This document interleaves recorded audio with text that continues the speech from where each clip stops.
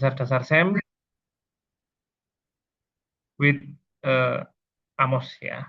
Oke, baik teman Bapak Ibu sekalian, sebelumnya puji syukur kehadirat Allah Subhanahu wa taala ya pada sore hari ini kita bisa berkumpul ya di sini kita terima kasih saya ucapkan kepada Bapak Ibu semuanya yang telah mengikuti dan mendaftar di webinar ini ya.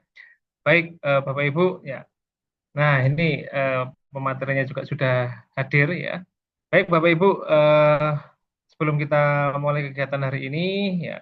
Jadi izinkan saya untuk memperkenalkan diri ya. Perkenalkan saya dengan Wenda Wahyu Kristianto ya. Saya akan memandu jalannya webinar pada malam hari ini, di mana kurang lebih webinar malam ini akan berlangsung sekitar 1 jam ya. Oke, baik Bapak Ibu, bagi Bapak Ibu yang memang tidak ada halangan sinyal ataupun eh, tidak sedang berkendara bisa menyalakan kameranya sehingga bisa terlihat ya wajah-wajahnya Bapak Ibu yang ikut webinar hari ini. Baik Bapak Ibu, webinar hari ini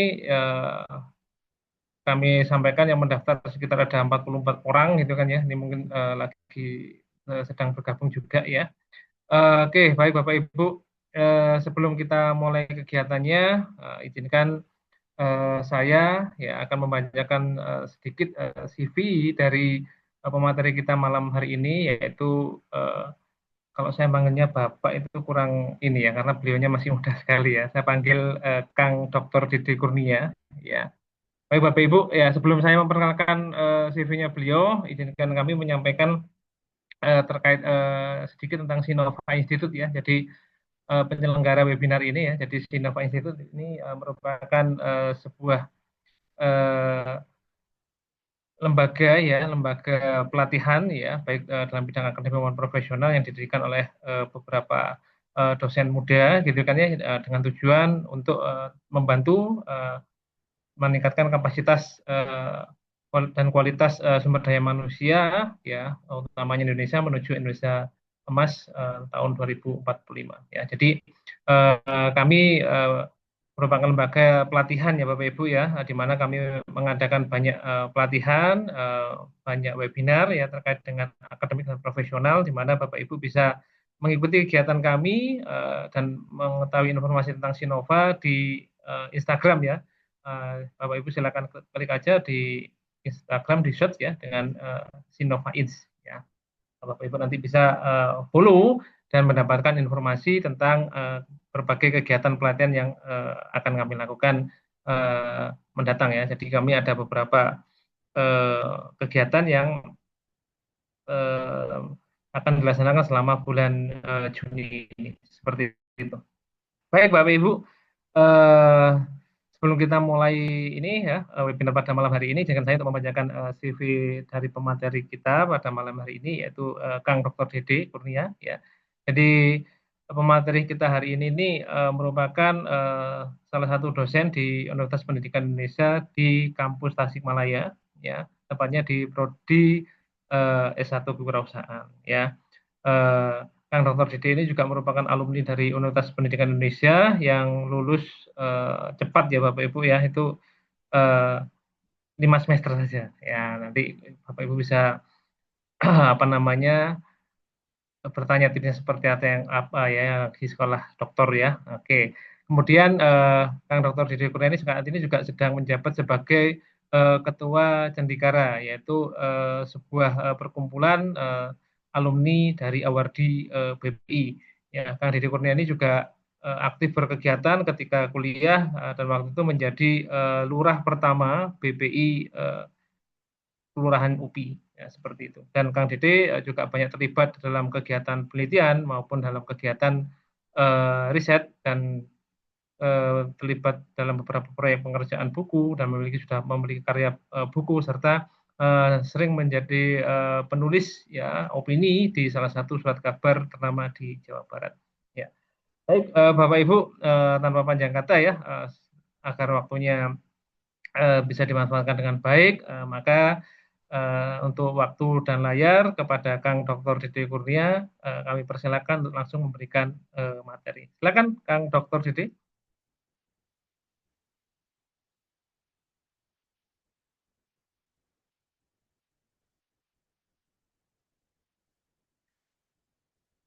Oke, terima kasih eh, Bapak Moderator Mas Wenda. eh Hmm. Sebentar, sebentar. Sebentar. Saya izin share apa namanya? Share screen dulu ya, Bapak Ibu. Eh, sorry salah. Maaf pencet. Sorry. Wait. Mana ya? Nah, ini dia. It- Mana kok jadi ini ya? Oke. Bentar. Sebentar ya. Oke.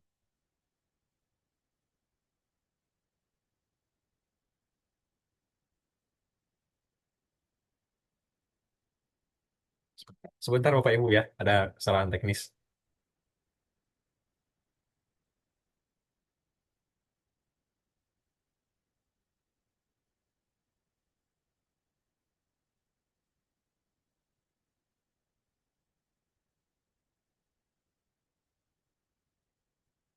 Bentar ya.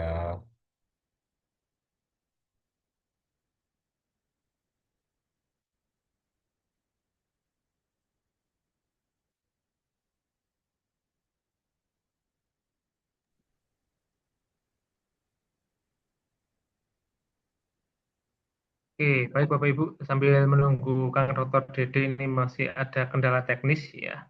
Mungkin saya juga menginformasikan ya bahwa eh, di Sinova Institute pada bulan Juni nanti akan mengadakan pelatihan-pelatihan lanjutan ya. Ada beberapa pelatihan yang akan kami running ya di bulan Juni nanti ya. Bapak Ibu bisa mengikutinya. Di antaranya ada pelatihan teknis ya menggunakan AMOS ya yang merupakan lanjutan dari eh, pelatihan hari ini gitu kan ya. Terus kemudian nanti ada pelatihan tentang eh, mixed method ya khususnya untuk convergent design ya dan ada pelatihan tentang eh, Mendeley ya untuk bagaimana teknis menggunakan Mendeley seperti itu ya. Baik, Kang Dr. Dede, apakah sudah siap? Oke, siap. Oke, baik ya Bapak Ibu, silakan waktu dan layar kami sampaikan ke Mas. Siap. Sebentar.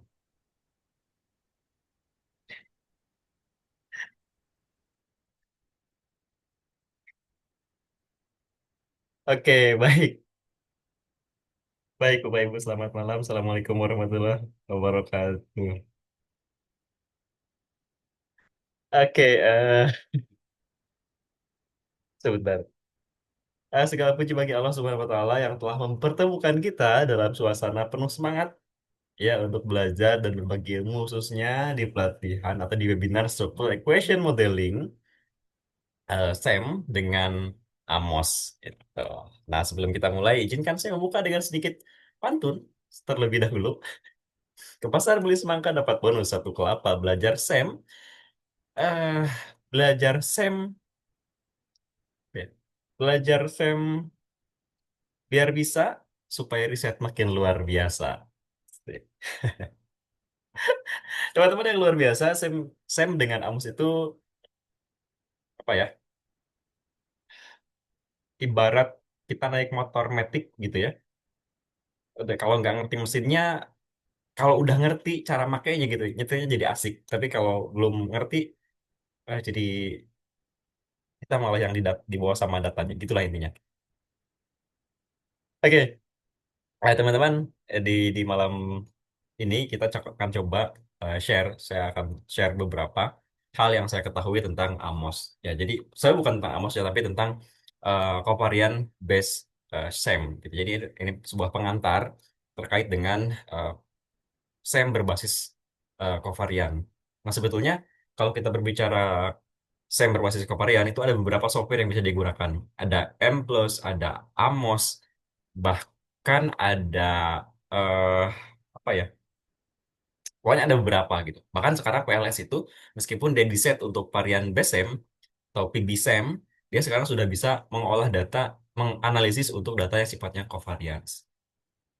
Profil saya. Oke. Nah, Bapak Ibu, kalau kita berbicara terkait dengan eh, jadi kalau kita berbicara terkait dengan analisis data, Amos gitu ya, itu kita tidak bisa melepaskan dari sejarah Amos itu sendiri. Sorry, sejarah SEM itu sendiri. Jadi kalau kalau kita menganalisis data, menganalisis gitu ya, apa namanya, sebuah data yang sederhana, biasanya kita akan gunakan regresi sederhana. Regresi sederhana itu eh, biasanya satu x satu y. Nah, kalau rumah itu rumah yang seperti inilah kalau kita ilustrasikan gitu. Nah, kemudian kalau agak sedikit kompleks, agak ini biasanya dengan regresi berganda. Biasanya satu x, sorry, biasanya satu y dan lebih dari satu x. Rumahnya agak panjangan dikit gitu ya. Nah, kalau rumah, kalau rumah lagi. Kalau agak rumit gitu, itu bisa dengan analis jalur. Biasanya analis jalur itu lebih dari satu y juga lebih dari satu x gitu. Nah, ini rumahnya udah, ini rumah subsidi udah direnovasi lah, anggap lebih gitu ya. Nah, kalau Sam itu rumit, kompleks, dan kalau di rumah itu adalah rumah yang mewah. Mungkin ya anggaplah rumahnya Rapatar gitu ya, atau rumahnya Cipung gitu. Jadi ini eh, lebih dari satu Y dan juga dengan banyak indikator. Nah, yang membedakan di sini, yang membedakan adalah di sini lebih dari satu Y dan dengan banyak indikator. Kalau kita lihat regresi linear sederhana dengan regresi linear berganda dan bahkan analisis jalur itu biasanya tidak melibatkan indikator. Meskipun sebetulnya ya tidak melibatkan indikator-indikator dari setiap variabelnya. Nah, eh SEM ini dia bisa menganalisis dengan melibatkan dengan melibatkan banyak indikator. Makanya SEM itu kan selalu diidentikan untuk menganalisis data yang sifatnya eh apa tidak bisa diobservasi secara langsung gitu. Kayak misal kita menganalisis kayak kita misalnya kita menganalisis data apa ya yang sifatnya tidak bisa diobservasi secara langsung. Ya, kayak misalkan dari variabel itu kan ada indikator-indikator gitu ya. Nah, itu bisa langsung dianalisis dari indikator sampai ke variabel-variabel dan hubungan antar variabelnya lagi. Sementara kalau di regresi linear sederhana, biasanya itu kan yang dianalisis itulah skor komposit. Akumulasi dari seluruh indikator, kemudian dianalisis gitu. Jadi SEM ini model yang kompleks dan apa ya apa namanya dan sangat direkomendasikan untuk analisis di sosial dan bisnis dan di riset-riset sosial. Nah, pertanyaannya mengapa sih harus pakai SEM gitu ya? Sebetulnya alasannya sederhana, Bapak Ibu. Jadi SEM itu lahir ketika para peneliti ilmu sosial, ya, perilaku, manajemen, dan bisnis untuk meningkatkan kualitas penelitiannya. Nih, asumsi dasar dari analisis jalur yang memposisikan seluruh variabel dapat diteliti diobservasi secara langsung itu tidak sesuai kenyataan gitu. Nah, analisis jalur itu kan mengasumsikan bahwa variabel itu bisa diobservasi secara langsung, ya, termasuk persepsi gitu. Padahal kan tidak bisa ya. Artinya diobservasi secara langsung itu dia tidak mengukur sampai ke indikator-indikatornya gitu loh.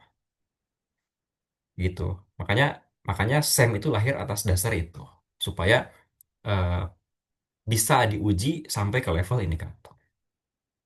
Nah, SEM itu sendiri juga memiliki berbagai eh, kelebihan ya, Bapak Ibu. Yang pertama adalah penilaian kesalahan pengukuran secara eksplisit. Ya, makanya kan kalau kita lihat di dalam SEM itu di modelnya itu dari indikator suka ada error gitu, ya. Nah, itu makanya di, di dikatakan bahwa kelebihan SEM itu bisa menilai Ngobrolnya sama orang-orang yang eh, KW kan. kesalahan pengukuran secara eksplisit. Gitu. Kemudian pengujian model di mana satu struktur dapat diterapkan dan dinilai kesesuaian dengan data. Nah, salah satu kelebihan dari SEM itu bisa melihat eh, kecocokan dengan data. Ada GOF, good of fitness ya. Goodness of fit.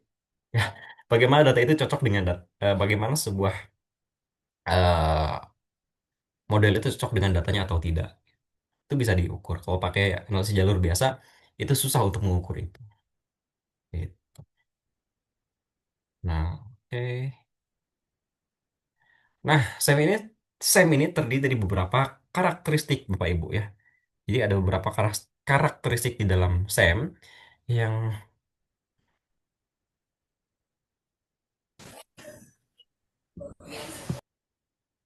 ya ada beberapa karakteristik dalam eh, SEM gitu.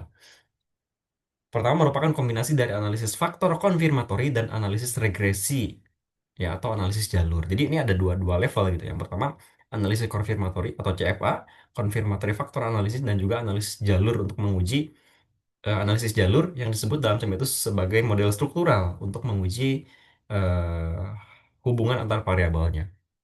Jadi tujuan SEM, khususnya covariant based SEM itu adalah menguji teori. Hal ini merujuk pada pendapat si Haier yang mengatakan bahwa apa SEM itu tidak bisa dilaksanakan tanpa dasar teoritis yang kuat, terutama untuk model pengukuran dan juga model strukturalnya. Nah, di dalam SEM, kalau kita di penelitian secara umum kita mengenal biasanya ada variabel independen, variabel dependen gitu ya. Kemudian ada variabel ada indikator gitu. Nah, di dalam SEM namanya sedikit berbeda. Variabel endogen itu ada variabel endogen dan variabel eksogen yang dianalisis bersifat variabel laten ya. Jadi variabel bentar. Ya, jadi kalau di dalam SEM itu ada variabel apa eksogen dan variabel endogen.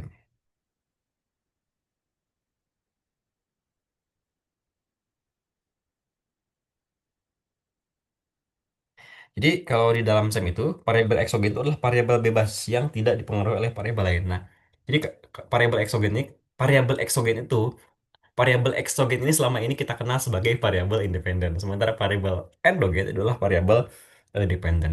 Jadi variabel eksogen itu adalah variabel yang variabel eksogen itu adalah variabel bebas yang tidak dipengaruhi oleh variabel lain. Nah, variabel dependennya atau variabel yang dipengaruhi oleh variabel lain itu disebut dengan variabel endogen. Kalau di dalam konteks SEM gitu. Nah, oke. Nah, variabel endogen dan variabel eksogen itu disebut dengan variabel laten atau variabel yang tidak bisa diobservasi secara langsung. Maka untuk mengobservasi variabel laten itu ya harus diidentifikasi melalui variabel manifest. Variabel manifest itu yang disebut dengan indikator yang biasa kita kenal dalam penelitian pada umumnya. Itu. Jadi inilah ya. Jadi kalau tadi dikatakan bahwa analisis jalur itu tidak memberikan itu mengasumsikan semua data bersifat dapat diobservasi secara langsung gitu. Padahal data-data dalam dalam ilmu sosial, bisnis dan segala macam dan sejenisnya itu tidak bisa diobservasi secara langsung, tapi harus diobservasi melalui variabel manifest yang membentuk eh, variabel laten itu sendiri. Contoh misalnya, ketika kita ingin mengamati kecerdasan, ketika kita ingin mengamati tingkat, ketika kita ingin mengamati eh, kedisiplinan siswa misalnya, bagaimana mengamati itu? Bisa nggak diamati secara langsung? Sorry. Atau kita ingin mengamati misalnya motivasi belajar siswa. Nah, bagaimana mengamati itu? Kan susah ngukurnya gitu ya. Pasti untuk mengukur itu kan harus ada indikator-indikator. Nah, indikator itulah yang disebut dengan variabel manifest. Yang misalnya eh, disiplin motivasi siswa itu misalnya dia belajar mandiri, dia selalu belajar secara mandiri, mengerjakan tugas tepat waktu dan seterusnya. Itulah variabel manifest. Nah, analisis jalur mengasumsikan semua model itu bisa diobservasi secara langsung. Padahal dalam ilmu sosial, variabel variabel itu tidak bisa dianalisis secara langsung, tapi harus melalui variabel manifest. Itu. Kalau di dalam ekstrak mungkin bisa saja ya variabel variabel itu bisa diamati secara langsung. Contoh misalnya tinggi badan, pecahan uang gitu ya, atau berat badan itu bisa diamati secara langsung. Tapi kalau yang sifatnya sosial, dalam social science, yang diamatinya persepsi itu susah untuk diamati secara langsung. Makanya untuk menangkap data itu ditawarkanlah variabel manifest. Di, harus melalui variabel manifest. Nah, tadi saya jelaskan bahwa di dalam eh di dalam bahwa di dalam SEM itu kita SEM itu tidak bisa SEM itu adalah gabungan dari confirmatory factor analysis ya dengan model struktural. Ya, jadi dalam SEM itu ada model pengukuran atau biasa kita kenal dengan confirmatory factor analysis dan juga model eh, struktural. Ya, model struktural itu untuk menguji hubungan antar variabel. Gitu. Ya, kan di sini dijelaskan. SEM itu adalah kombinasi antar faktor analisis ya dan jalur yang bertujuan untuk menguji hubungan antar para analisis faktor dan analisis jalur yang bertujuan untuk menguji hubungan antar variabel yang ada pada sebuah model. Nah, Bapak Ibu, di dalam SEM itu kan tadi seperti yang saya sampaikan ya, SEM itu hadir dari SEM itu basisnya harus berdasarkan teori, ya. Jadi saya sajikan seperti ini. Jadi teori akan kita uji gitu. Namun karena tadi saya katakan bahwa SEM itu adalah gabungan dari analisis faktor dan analisis model struktural atau analisis jalur, maka di sini ada dua alur Bapak Ibu. Ya. Nah, eh dalam penelitian kuantitatif itu tentu kita berawal dari teori ya, karena si Creswell mengatakan bahwa penelitian kuantitatif ketika dilaksanakan tanpa teori itu bisa mudah dipatahkan. Boleh tanpa teori, boleh, tapi itu akan sangat mudah dipatahkan. Maka salah satu dasar penelitian kuantitatif itu harus selalu didasarkan pada teori. Gitu. Nah, dari teori itu tentu kita akan misalnya mendapatkan ya konsep, konstruk atau definisi terkait variabel tertentu misalnya. Nah, model itu kita akan ukur ya. Itu kita akan ukur bagaimana apakah variabel itu bisa mengukur apakah ya, sorry, dari definisi konsep dan konstruk itu nanti dituangkan ke model pengukuran yaitu untuk menjawab pertanyaan deskriptif, Pak Ibu. Sih. Sebentar, sebentar.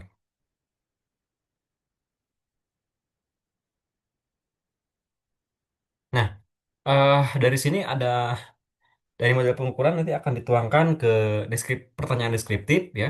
Nah, itu akan diuji dengan confirmatory factor analysis. Nah, di sebelahnya hubungan antar variabel itu disebut dengan mengujinya dengan model struktural. Nah, itu untuk menjawab pertanyaan eksplanasi gitu.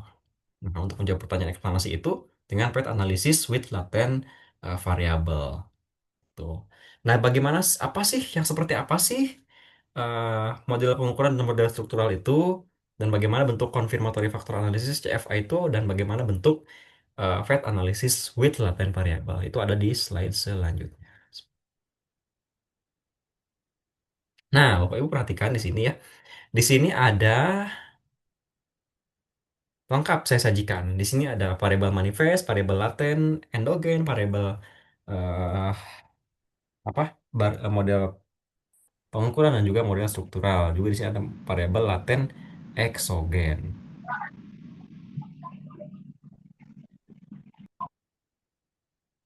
Oke.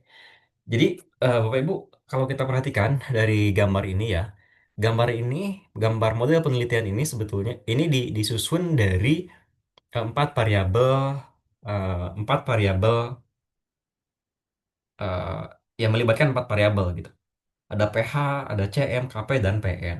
Di sini pH, CM, dan PN itu adalah sorry, pH di situ adalah variabel laten eksogen, ya. Sementara CM, KP, dan PN itu adalah variabel laten endogen. Ya. Nah, kenapa CM dan PN tidak dikatakan sebagai variabel eksogen? Karena pada dasarnya variabel eksogen itu adalah variabel yang tidak dipengaruhi oleh variabel manapun, ya, atau variabel independen. Artinya, ketika variabel itu ditempatkan sebagai mediasi, itu juga namanya variabel endogen, meskipun dia mempengaruhi lagi variabel di ujungnya gitu loh, ya. Eh, Makanya di sini pH itu adalah variabel laten eksogen dan CM, KP, dan PN itu adalah variabel laten endogen atau variabel yang dipengaruhi oleh pH. Nah, Bapak Ibu perhatikan, di sini ini variabel laten ya. pH, CM, Kp itu adalah variabel laten atau variabel yang tidak bisa diamati secara langsung. Sementara yang kecil-kecil kotak-kotak ini nih, ya yang saya buletin ini, itu adalah variabel manifest. Ya, variabel manifest itu adalah variabel yang bisa diamati secara langsung untuk menangkap eh, untuk mengukur variabel laten, eksogen dan endogen itu sendiri. Tuh, jadi ini yang saya kotakin yang pH 9, pH 8, pH 1 gitu. PN 5 sampai PN 1 itu adalah variabel manifest atau variabel yang bisa diobservasi secara langsung gitu. Nah, kemudian yang mana sih model model pengukuran gitu? Model pengukuran itu adalah model yang ini Bapak Ibu. KP, KP ini terdiri dari KP1, KP2, KP3, KP4, KP5. Errornya yang ini gitu ya. Nah, itu termasuk variabel, sorry, itu adalah model pengukuran. Begitupun yang ini yang CM. CM dengan CM1, CM2, CM3, CM4, CM5, dan beserta errornya itu adalah model pengukuran. Begitupun pH dan PN. Nah, itu adalah model pengukuran. Kemudian pertanyaannya, kalau itu dikatakan sebagai model pengukuran, model strukturalnya yang mana? Nah, model strukturalnya itu adalah eh model strukturalnya itu adalah yang ini Bapak Ibu.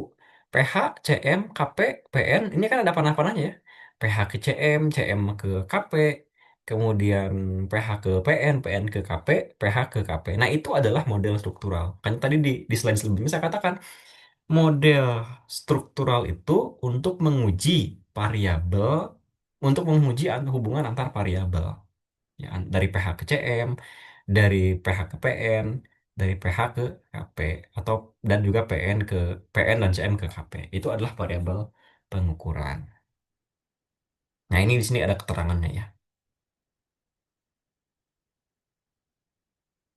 Jadi model pengukuran itu mengacu pada model implisit atau eksplisit yang menghubungkan variabel laten dengan variabel manifest. Sementara model struktural itu adalah model yang menggambarkan hubungan kausalitas antar variabel laten yang telah dibangun berdasarkan substansi teori.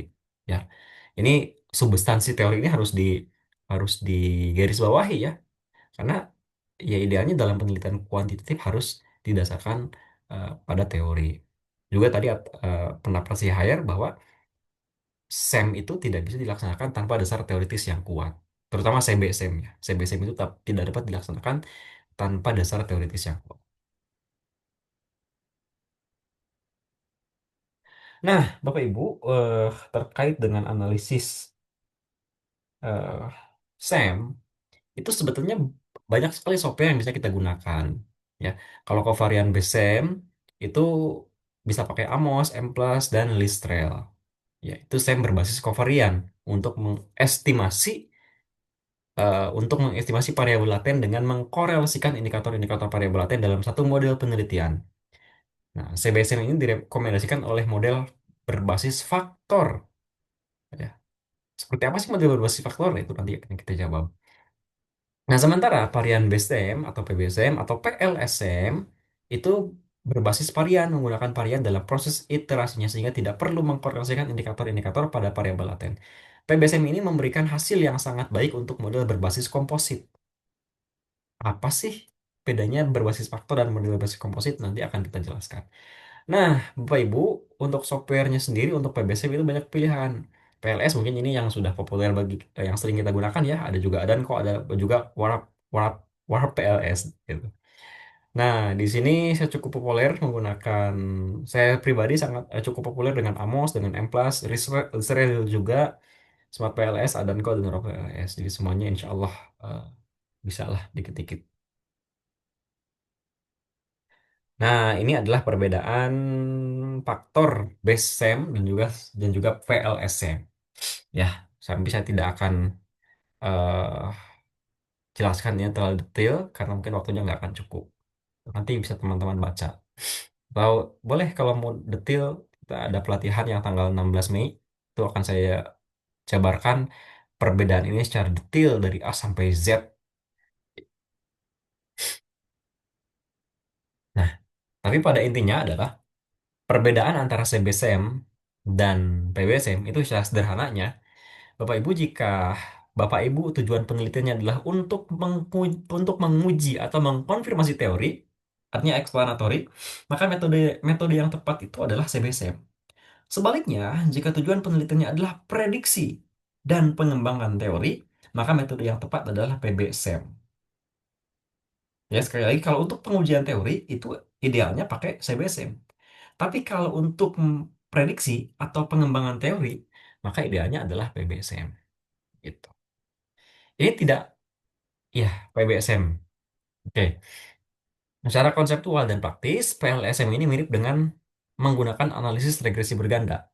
Tujuan utamanya adalah untuk memaksimalkan varians yang dijelaskan dalam konteks dependent, tetapi juga untuk mengevaluasi kualitas data berdasarkan karakteristik model atau ukuran. Ya, nah sebetulnya antara CB dan PBCM itu adalah dua dua dua apa? Dua metode yang saling melengkapi. Jadi bukan kompetitif dan kita tidak boleh a priori terhadap salah satunya gitu ya. Pemilihan metode ini tentu akan sangat relevan dengan tujuan penelitian kita. Tuh, kita tujuannya mau ngapain dulu nih? Kita mau uji teori atau mau membuat prediksi gitu. Jika kita ingin menguji teori, ya pilihannya adalah CBSM gitu ya. Namun jika memang tujuannya adalah PBSM, untuk memprediksi tentu pilihannya adalah PBSM. Nah, tapi kita tidak bisa apa ya? Untuk saat ini ya, kondisi sekarang, kita tidak bisa melihat apa ya? Dengan perkembangan software yang sekarang gitu. Kalau tadi saya katakan bahwa PBSM itu identik dengan PLS. Ya, terlepas softwarenya apa gitu. Ada Smart PLS, ada apapun itu. Tapi Bapak Ibu perlu perlu ini ya. Sekarang Smart PLS aja udah canggih banget gitu. Smart PLS yang versi 5 itu bisa menganalisis PBSM dan juga CBSM dalam satu software gitu. Gitu. Itu untuk PLS. Jadi sebetulnya kalau saya perbandingkan, kalau kalau Bapak Ibu ingin menganalisis secara praktis gitu ya dengan langkah yang cepat, itu SEM kalau kalau ngomongin PBSM. Tapi kalau kita ingin menggunakan software yang dia bisa apa ya, dia lebih fleksibel, bisa dimodifikasi sesuai dengan apa, sesuai dengan tujuan penelitian kita, itu M+. M+ itu bisa menganalisis berbagai penelitian. Sorry, berbagai metode bisa dianalisis di sana, di M+ itu. Cuma sayangnya M+ itu harus pakai coding, harus pakai rumus, Bapak Ibu. Ya, jadi orang-orang yang awam baru mengenal M+ mungkin agak sedikit kesusahan gitu. Cuman M+ itu kalau dari sisi software, jika dibandingkan dengan Amos, memiliki banyak keunggulan. Itu salah satunya dia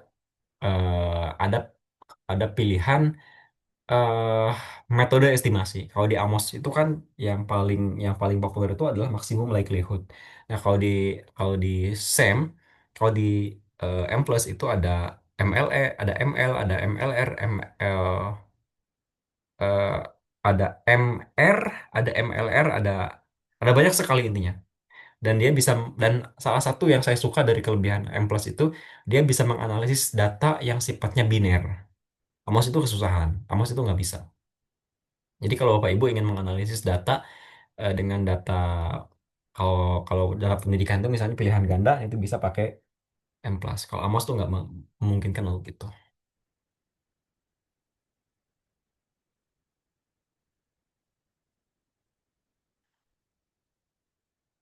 Nah, ini perbedaan CB, CBSM atau dan juga PBSM. eh Tahun 2016 si Sarstedt ini pernah melakukan simulasi ya, Bapak Ibu, untuk membandingkan bagaimana jika satu data dianalisis dengan dua pendekatan yang berbeda. Nah, hasilnya menunjukkan eh konsekuensi yang buruk yang dapat timbul dari penggunaan model komposit atau PBSM dengan teknik SEM berbasis faktor. Jadi, kalau Bapak Ibu model penelitiannya itu adalah untuk memprediksi, kemudian menggunakan teknik SEM berbasis kovarian, hasilnya jelek katanya. Kemudian simulasi yang kedua, meskipun CBSM secara sistematis memperkirakan parameter model faktor lebih baik daripada pendekatan PBSM yang berbasis komposit, sedangkan PBSM seperti GSA dan PLSM lebih baik dari CBSM memperkirakan parameter model komposit. Nah, oleh karena itu, si Rigdon tahun 2017 itu merekomendasikan agar para peneliti menggunakan teknik yang konsisten dengan jenis model yang ingin diestimasi. Jika peneliti hendak mengestimasi model faktor, atau menguji teori itu gunakan CBSM. Sedangkan jika peneliti ingin memperkirakan model komposit, itu harus menggunakan model metode berbasis komposit atau PBSM. Gitu. Nah, Bapak Ibu kalau kita ngomongin ini secara apa teori gitu ya, itu banyak kekeliruan sebenarnya. Kenapa saya katakan banyak kekeliruan? Eh, saya pernah membaca beberapa jurnal yang dianalisis pakai PBSEM, ya, ke PLS gitu. Ternyata modelnya itu adalah model faktor. Nah, ini kan kalau merujuk kepada pendapat si Sarsted, Cho, Rigdon gitu, itu adalah penelitian yang keliru. Padahal lucunya itu terbit di jurnal ya Q, Q3, Q2 lah gitu, jurnal Scopus. Tapi masih ternyata masih banyak yang keliru dalam penggunaan eh, teknik analisisnya.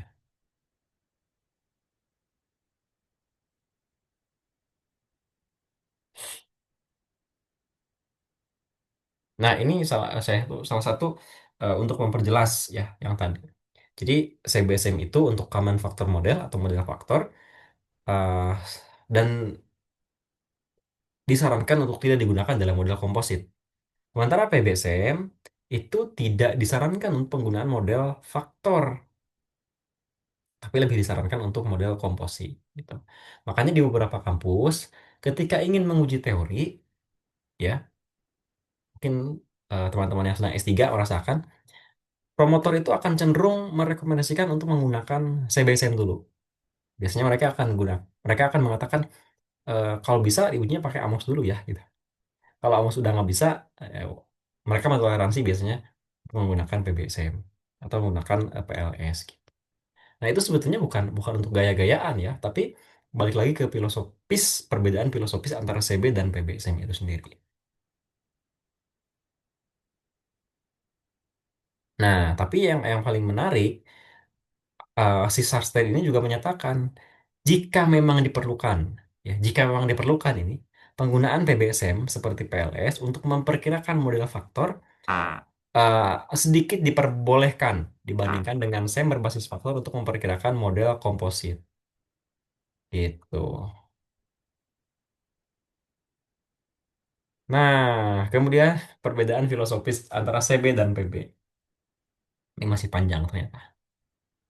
Model faktor itu memiliki variabel manifest yang bersifat reflektif, Bapak Ibu, atau model komposit.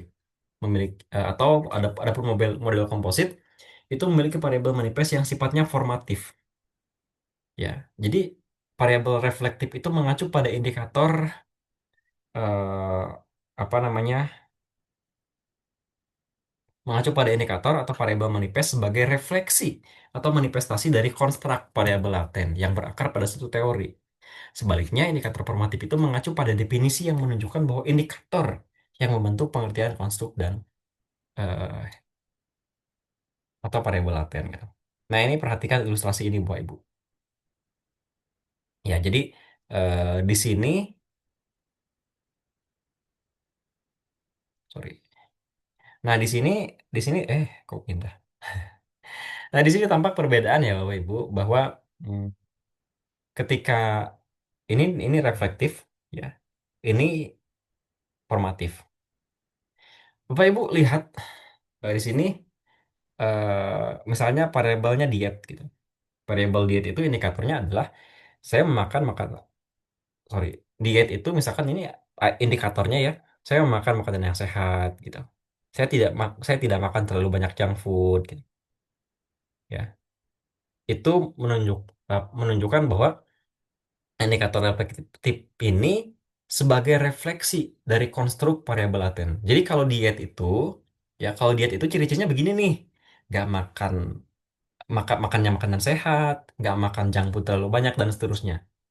Ya, maka variabel kalau reflektif itu variabel dicirikan oleh poin A, poin B, poin C. Kalau formatif itu variabel dibentuk oleh poin A, poin B, poin C. Nah, lihat yang sini. Health, ini formatif. Ya. Saya memiliki hidup yang sehat. Sorry, I have a balanced diet. I exercise regular. Tuh. I get sufficient sleep each night. Nah, ini untuk yang formatif. Kalau kita ilustrasikan, Bapak Ibu, ini konstruk nih. Ya, ini reflektif. Ini indikatornya. Nah, kalau formatif, roti itu dibentuk oleh apa? Oleh tepung terigu, gula, telur, mentega, dan lain-lain. Gitu ya. Jadi, kalau reflektif, variabel dicirikan oleh apa? Variabel itu dicirikan oleh indikator. Kalau reflektif, kalau formatif itu variabel dibentuk oleh indikator. Gitu. Itu perbedaannya. Oke, ini sebenarnya hmm, ini masih banyak banget ya. Mungkin eh, saya izin ya Pak Moderator, kalau waktunya habis boleh di-cut. Saya kalau waktunya masih sempat saya nanti saya akan coba Masih praktekkan. sekitar 5 menit lagi lah, 5 menit lagi. Oke, Silakan. 5 menit. Oke, ini nih, izin nanti saya praktekkan ya. Nah, kalau masih ada waktu, karena ini masih banyak dasar-dasarnya sendiri gitu untuk apa penjelasan teoritisnya masih banyak. Jadi jika jika nanti ada waktu akan saya coba praktekkan. Tapi kalau misalkan waktunya sudah habis, boleh langsung dipotong aja ya Pak Moderator. Oke. Nah, strategi pengujian di model CBCM itu ada dua proses Bapak Ibu. Ada one step approach di dalam ada two step approach. Jadi one step approach itu eh, model pengukuran dan model struktural itu diuji secara simultan, langsung gitu. Tapi kalau two step approach ini dua tahap pengujiannya. Pertama diuji model pengukurannya dulu, kemudian nanti diuji model strukturalnya. Jadi kalau model pengukurannya nggak sesuai, itu bisa diperbaiki dulu tuh, gitu.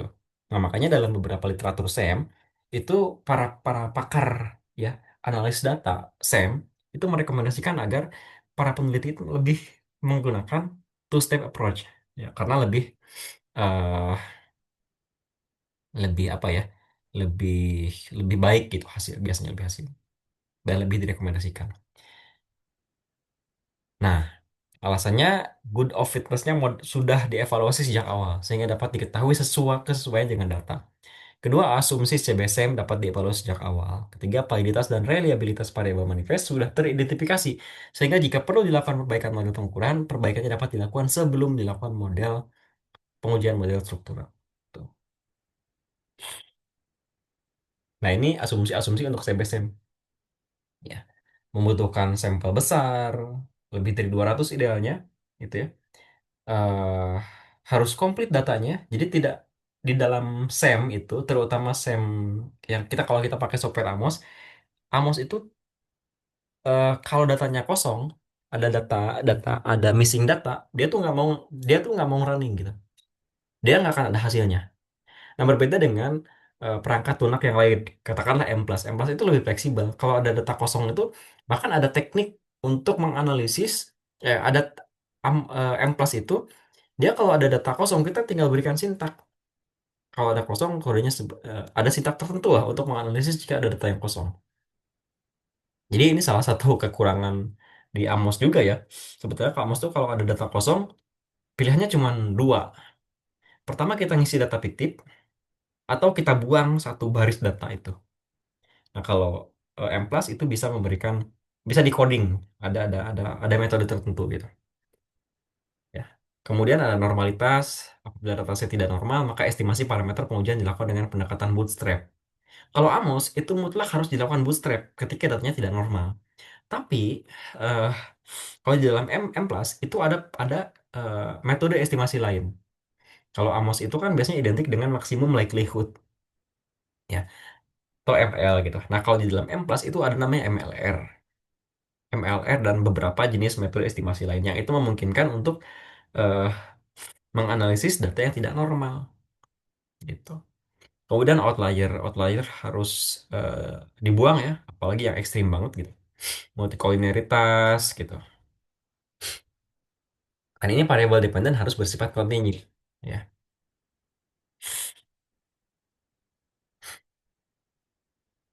Oke. Nah, sorry. Mana tadi? Oh, ini. Nah, teman-teman, ini eh, salah satu bagian layar kerja di Amos. Ya, layar kerja di Amos. Jadi di Amos itu layar kerjanya seperti ini. Gitu. Ada harusnya saya buka di Amosnya langsung, tapi mungkin karena waktunya juga kita terbatas ya, kita cuma dikasih waktu oleh panitia 1 jam sampai 12 sampai 20.30. Jadi mungkin 10 menit terakhir nanti kata Pak Moderator saya udah diwanti-wanti digunakan untuk sesi tanya jawab gitu. Oke, jadi di sini ada fitur-fitur Amos ya, apa untuk layar kerjanya. Di sini ada menu utama Amos di sini ya, ada tools box yang bisa kita eh, untuk yang kita gunakan untuk analisis ada di sini. Ini ada format parameter, ini ada file yang kita analisis gitu. Ini layar kerja Amosnya. Ya. Oke, mohon izin Pak Dr. Dede, ini sepertinya waktunya sudah limit ya. Mohon maaf Bapak Oke, oke, Ibu oke. semuanya ya. Ini eh, terkait dengan Amos mungkin ini ya Kang Dr. Dede bisa dilanjutkan di pelatihan selanjutnya ya. Eh, Oke. ya, jadi mohon izin Kang Dr. Dede, saya akan share screen ya kepada para Oh, peserta siap, gitu siap. kan ya. Oke, jadi Siap, siap, siap. ini ya Bapak Ibu, jadi untuk masalah Amos ini nanti ya, ini akan dijelaskan lebih lanjut ya, akan dijelaskan lebih lanjut Waduh. ketika nanti ini ya Bapak Ibu, ada pelatihan khusus ya, nanti yang memang membahas teknik ya, langsung praktek ya Kang Dokter Dede nanti ya, dan nanti juga akan dibantu oleh Kang Dokter Dede untuk memahami Amos secara sepenuhnya. Jadi kalau ini tadi kan teorinya, ya teorinya atau dasar-dasarnya. Kalau nanti langsung full praktek ya, Kang Dr. Dede ya. Nanti tanggal 18 Juni, ya, ini nanti bisa Bapak Ibu lanjutkan ya pelatihannya. Jadi ini pelatihannya memang berlanjut ya Bapak Ibu ya. Ini adalah pelatihan untuk dasar-dasarnya. Nah, nanti untuk pelatihan selanjutnya Bapak Ibu bisa langsung praktek menggunakan Amos di mana nanti ada materi tentang mulai dari data preparation sampai reporting. Nah, nanti ya itu akan sangat jelas sekali nanti waktunya memang 2 jam ya. Jadi memang kalau ini waktunya 1 jam ini memang untuk basicnya dulu. Nah, nanti ada waktu pelatihan khusus 2 jam untuk membahas bagaimana kita menggunakan Amos yang ya ini tadi mungkin ini ya kalau bahasanya orang Sunda agak liar gitu kali ya. Ya, seperti itu. Tapi memang memang itu sih Bapak Ibu ya. Memang seperti itu ya. Jadi makanya nanti kita ada sesi khusus membahas tentang AMOS-nya ini sendiri ya di mana nanti Bapak Ibu bisa ikuti. Biaya investasinya cukup murah hanya 35.000 saja. Bapak Ibu bisa nanti daftar langsung dan bisa langsung diamankan seatnya sehingga nanti bisa lebih mendalami tentang AMOS terutama buat Bapak Ibu atau rekan-rekan yang sekarang mungkin sedang studi atau yang sedang melakukan penelitian yang menggunakan AMOS seperti itu.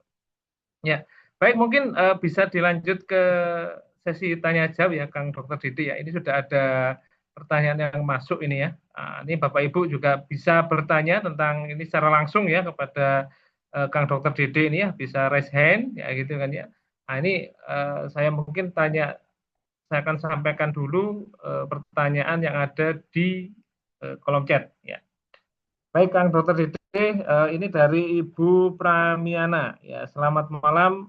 Saya Omi, Bu Omi Pramiana. Baik, izin bertanya, yang pertama, apa perbedaan analisis jalur PLS dengan AMOS selain dari jumlah sampel yang digunakan? Itu yang pertama. Yang kedua, jika AMOS membuktikan teori, lalu PLS tujuannya itu untuk apa? Dan yang ketiga, berapa standar minimal grand teori yang digunakan untuk mungkin ini sebagai landasan ya dalam AMOS ya seperti itu. Mungkin bisa dijawab kan Dr. Ede untuk pertanyaan dari Ibu Omi Oke. Pramiana. Persilakan. Oke, terima kasih Mas Moderator. Jadi apa perbedaan analisis jalur PLS dengan AMOS selain dari jumlah sampel? Sebetulnya itu seperti yang tadi saya sampaikan ya, bahwa PLS dan ini kalau PLS kita kita jangan jangan gunakan nama software ya. Maksudnya kalau saya saya saya saya menduga PLS ini merujuk ke Smart PLS gitu dan Amos itu merujuk pada software. Tapi kita biasakan menggunakan covariant base SEM dan base SEM namanya. Jadi eh, kalau covariant base SEM itu pakai PLS ya, bisa pakai Smart PLS, Word PLS dan seterusnya. Kalau CBSM ya atau covariant itu biasanya menggunakan eh, beberapa eh, software. Misalnya ada Amos, ada apa namanya? Ada Amos, kemudian ada juga Templas ada juga Lisrel. Nah, salah satunya ya bukan cuma masalah sampel sebetulnya, tapi yang tadi saya katakan bahwa PLS itu tujuannya adalah diidentikan untuk menguji model yang sifatnya adalah komposit, bukan faktor gitu. Tapi kalau eh, AMOS itu atau CBSM itu biasanya untuk menganalisis faktor model faktor. Model faktor itu yang tadi lebih ke apa format, sorry, reflektif dengan variabel reflektif dan seterusnya. Kalau formatif itu biasanya dengan PLS. Tapi memang di kita tuh ada kecenderungan karena PLS itu mudah, syaratnya gampang gitu kan, bisa dengan sampel kecil. PLS lebih populer gitu. Padahal kalau kita lihat secara landasan filosofis itu berbeda, dua hal yang berbeda. Bahkan tadi kan si Sarsted itu mengatakan kalau memang tujuannya adalah untuk menguji teori, gunakanlah AMOS, gunakanlah CBSM, bisa dengan AMOS, M+, Lisrael gitu. Tapi kalau tujuannya untuk memprediksi, ya, membuat prediksi atau mengembangkan teori, ya, itu silakan gunakan PLS. Makanya ada beberapa literatur itu mengatakan eh AMOS itu, ya, CBSM itu wajib menggunakan dasar teori. Kalau PLS, ya agak longgar-longgar lah syaratnya gitu. Gitu. Nah, kemudian itu pertanyaan satu dua sudah terjawab ya. Kemudian pertanyaan ketiga, berapa standar minimal grand teori yang digunakan untuk eh, mem- yang digunakan untuk Amos gitu ya. Nah, sebenarnya kalau kita berbicara grand teori, eh, satu dalam satu penelitian, penelitian saya itu teorinya cuma satu aja sebetulnya, ya. Itu tidak jadi masalah gitu. Karena kan grand teori di sini harus bisa mengcover harus bisa mengcover dan harus bisa menjelaskan bagaimana hubungan antar variabel itu gitu. Jadi kalau satu teori bisa menjelaskan antara variabel independen ke dependen, nggak jadi masalah. Karena teori teori di sini bukan bukan dasar teori penggunaan eh, Amos untuk CBC gitu, tapi teori untuk menjelaskan hubungan antar variabel. Tuh, bagi saya satu pun tidak masalah. Tapi kalau satu tidak tercover dalam satu model penelitian itu tidak tercover oleh satu teori, ya dua atau tiga teori juga tidak jadi masalah. Poinnya di sana. Terima Oke, kasih. baik. Mungkin ini ya, Kang, mungkin kan dokter ide yang dimaksud mungkin Bu Omi tadi mungkin ini ya. Jadi kan grand teori itu mungkin bisa diturunkan menjadi middle range teori dan applied teori. Mungkin yang banyak di applied-nya mungkin ya. Tapi kalau grand itu selama bisa mengcover aman-aman aja gitu ya, Kang dokter ide ya.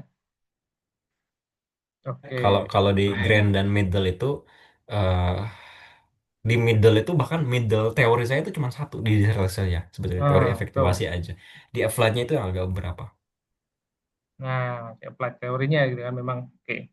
Baik, silakan Bapak Ibu ada yang bertanya lagi, baik secara langsung, eh, mau bertanya secara langsung, boleh ya dipersilakan untuk, saya masih ada waktu Bapak Ibu dipersilakan.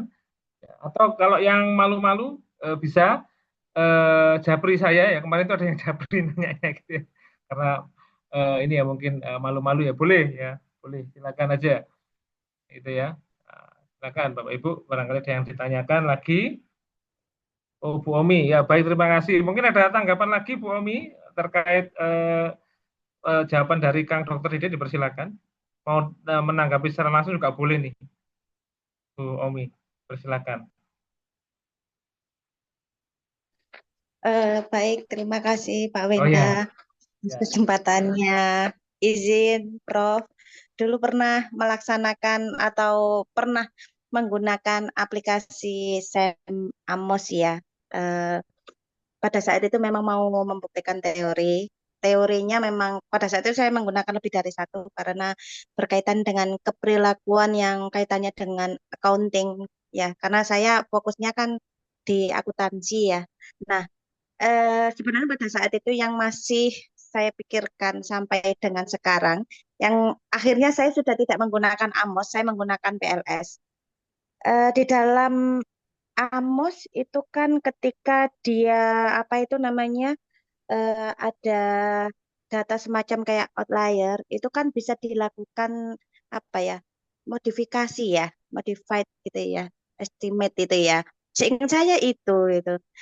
Ah, apakah nantinya pun jika terlalu banyak yang dimodif di dalam Amos untuk mendapatkan hasil yang memenuhi syaratnya, ya, eh, hasil penelitiannya, risetnya masih dianggap relevan enggak?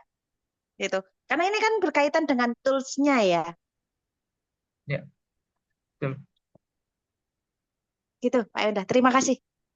Ya, oke, silakan Kang Baik, Dokter Dede. Hmm. baik, baik, baik. eh oke, baik. Sorry, sebentar.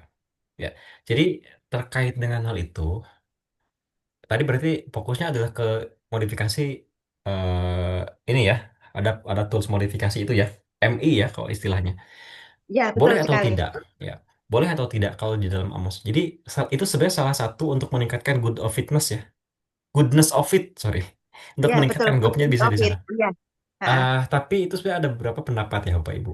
Jadi kalau si Haier itu ngomong kalau dikorelasikan antar error itu harus ada dasar teorinya.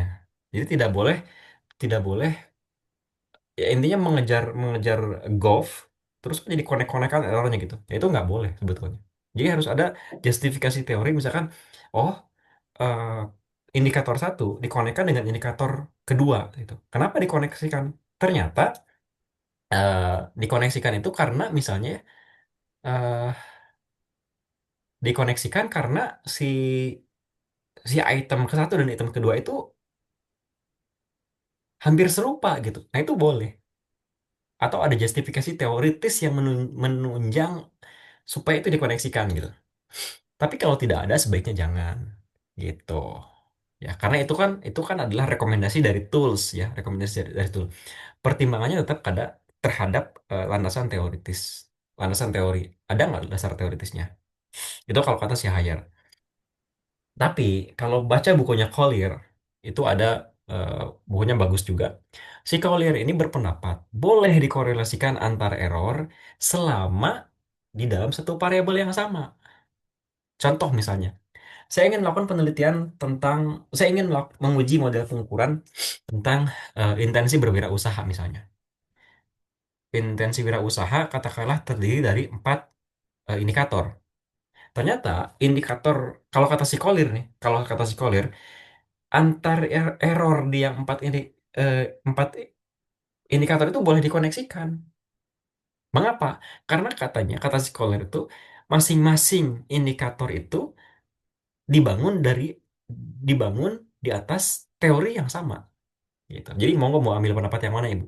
Kalau Collier itu berpendapat boleh dikorelasikan asal dalam satu variabel. Ya, antar indikator dalam satu variabel. Tapi kalau si higher itu lebih ketat. Boleh dikorelasikan kalau ada justifikasi teori. Kalau saya sebenarnya lebih cenderung ke pendapat si higher. Mengapa? Karena SEM itu sendiri emang harus dibangun atas dasar teoritis yang kuat. Jadi kita tidak tidak asal mengkoneksikan antara error saja.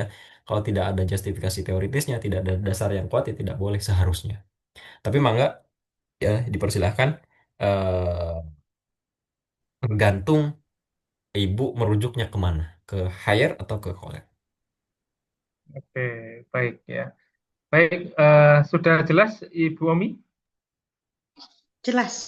Pak Jelas Yuda, ya, terima oke. kasih. Ya, baik. Nanti Bu Omi kalau ingin lebih jelas lagi, silakan ikut webinar selanjutnya. Biar Iya, langsung siap. praktek lebih dengan dia. Oke. Iya, Baik, siap. terima kasih. Terima kasih. Mungkin ada satu lagi nih, Kang Dokter Dede. Ada pertanyaan, mohon maaf ke Pak Dokter Dede. Mohon kiranya bisa dielaborasi kembali terkait model komposit itu seperti apa ya, Pak? Terima Iya, kasih sebelumnya. Mungkin dijelaskan perbedaannya lagi, Kang, antara model ya komposit ini apa? model komposit itu ya model komposit itu secara sederhananya kalau model penelitian Bapak Ibu indikatornya itu formatif itu model komposit. Kalau model penelitiannya itu faktor, faktor itu reflektif, itu model faktor itu boleh pakai CWC. Bagaimana kalau Hmm, campuran? Nah, ini kan agak pusing ya. Yang satu misalnya variabelnya itu formatif, yang satu reflektif. Ini kita harus pakai yang mana gitu. Nah, beberapa peneliti merekomendasikan pakai PB same saja. pakai pakai PLS. PLS berarti ya. PLS ya. Terlepas dari Oke. softwarenya apa, entah itu Smart PLS, eh Word PLS gitu, atau Adanko dan apapun boleh. Lebih Oke. lengkap itu dijelaskan dalam artikelnya si Sarstedt dan Cho 2016. Oke. Gitu. Baik.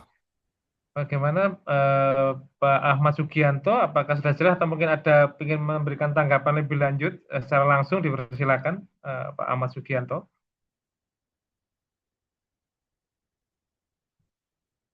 Oke, sepertinya sudah jelas ini Pak Ahmad Sugianto. Jadi memang kalau boleh saya conclude sedikit ya. Oh ya sudah ini terima kasih banyak ya. Jadi kalau model komposit yang model komposit itu kita lihat dari jenis indikator ya Kang Dede ya. Kalau memang indikatornya itu adalah formatif, berarti itu modelnya komposit gitu kan ya. Kalau yang indikatornya reflektif, berarti adalah model faktor. Kurang lebih seperti itu ya Kang Dokter Dede. Ya. Oke. Baik, Bapak Ibu, mohon maaf sebelumnya, ini karena waktunya sudah habis ya, kita terbatas ya, kami mohon maaf, kami harus mengakhiri untuk webinar kali ini, Bapak Ibu. Saya ucapkan terima kasih ya Bapak Ibu atas partisipasinya dalam webinar ini. Bapak Ibu bisa mengikuti webinar lanjutan dari webinar saat ini, yaitu seperti yang saya sampaikan tadi ya, tanggal 16 Juni. Silakan nanti follow Instagram kami di Sinova Institute ya untuk melihat kegiatan-kegiatan kami atau event-event kami selanjutnya masih terkait dengan penelitian. Nah, ada yang kuantitatif, ada yang mixed method, seperti itu juga ada masalah penulisan juga, ya itu bisa dipersilakan dan ini terbuka untuk umum ya Bapak Ibu. Baik Bapak Ibu, saya ucapkan terima kasih atas kehadirannya Kang Dr. Dede. Saya ucapkan juga terima kasih atas kehadirannya dan ilmunya. Kayaknya ini memang ilmunya sangat bermanfaat sekali, tapi harus disambung ya di webinar selanjutnya tanggal 18 Juni ya, insya Allah yang nanti seperti itu ya. Jadi Bapak Ibu sekalian, ya sekali lagi saya ucapkan terima kasih atas kehadirannya. Mohon maaf atas keterbatasan waktu dan barangkali ada yang kurang berkenan dari kami. Terima kasih dan sehat selalu. Selalu ikuti kami di Sinova Institute dan kita jumpa lagi di webinar-webinar selanjutnya dari Sinova Institute. Ya. Baik, saya terima kasih Kak Dede, terima kasih Bapak Ibu, terima kasih. Saya akhiri, Assalamualaikum warahmatullahi wabarakatuh. Selamat malam dan salam sejahtera untuk kita semuanya. Terima kasih Bapak Ibu.